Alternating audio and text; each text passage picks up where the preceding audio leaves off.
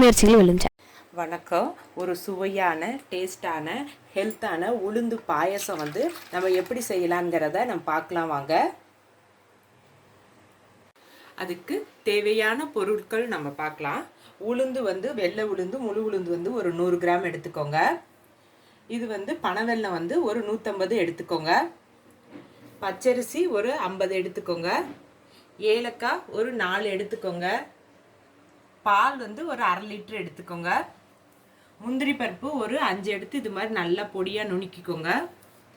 பாதாம் பருப்பு ஒரு 5 எடுத்து இதே மாதிரி நல்லா நுணுக்கிக்கோங்க. நெய் தேவையான அளவு எடுத்துக்கோங்க.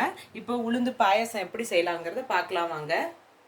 உளுந்து பாயசத்துக்கு நீங்கள் அடுப்பை பற்ற வச்சுட்டு இது மாதிரி ஒரு கடாய் போட்டுக்கோங்க. போட்டுட்டு நம்ம உளுந்து எடுத்துருந்தோம் பாருங்கள், அந்த உளுந்து, அதுக்கப்புறம் பச்சரிசி எடுத்துருந்தோம் பாருங்கள், அது, ஏலக்காய், இது எல்லாத்தையும் போட்டு கொஞ்சம் நேரம் கைவிடாமல் வறுத்துக்கோங்க. நான் வறுத்துட்டு காட்டுறேன் பாருங்கள். நம்ம உளுந்து பாயசத்துக்கு உளுந்து, பச்சரிசி, ஏலக்காய் எல்லாம் போட்டோம் பாருங்கள். அது உளுந்து லைட் கலர் லைட்டாக மாறும், அந்த அளவுக்கு நீங்கள் வறுத்திங்கன்னா போதும். இப்போ அடுப்பை ஆஃப் பண்ணிவிட்டு இதை ஒரு தட்டில் போட்டு நல்லா ஆற விட்டுக்கோங்க. ஆறினதுக்கப்புறம் மிக்சி ஜாரில் அரைக்கணும். அதை அடுத்ததை காட்டுறேன். நம்ம வறுத்த உளுந்து, அரிசி, ஏலக்காய் இது எல்லாமே நல்லா ஆறிடுச்சு. ஆறினதுக்கப்புறம் மிக்சி ஜார் தண்ணி இல்லாமல் நல்லா தொடச்சிக்கோங்க. தொடச்சிக்கிட்டு இதை போட்டுட்டு நைஸாக அரைச்சிக்கோங்க. நான் அரைச்சிட்டு காட்டுறேன். உளுந்து இதெல்லாம் அரிசி எல்லாம் போட்டோம் பாருங்கள், அது இந்த அளவுக்கு நைஸாக அரைச்சிக்கோங்க.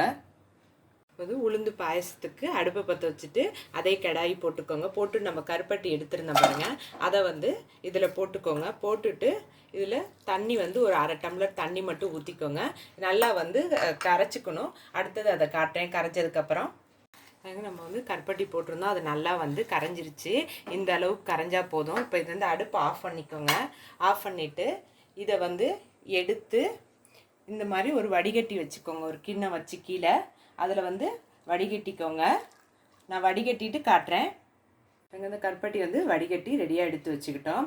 இப்போ அடுத்தது பார்த்திங்கன்னா அடுப்பை ஆன் பண்ணிவிட்டு அதே கடாய் போட்டுக்கோங்க. போட்டுட்டு நம்ம நெய் எடுத்துருந்தோம் பாருங்கள், நெய் இந்த ஸ்பூனால் 1 ஸ்பூன் நெய் மட்டும் இதில் போட்டுக்கோங்க.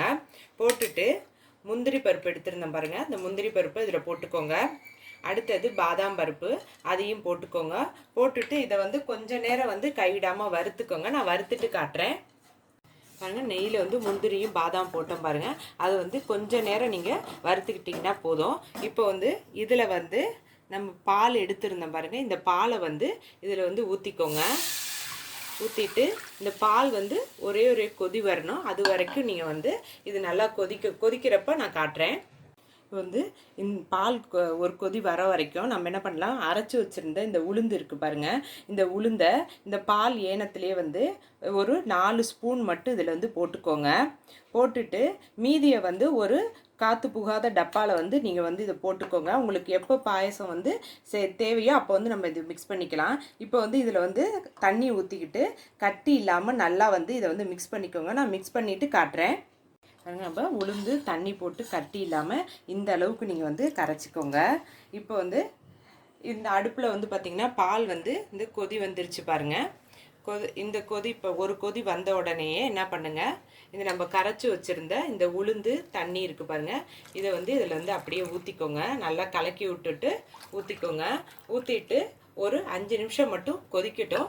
கொதிச்சதுக்கப்புறம் நான் காட்டுறேன்.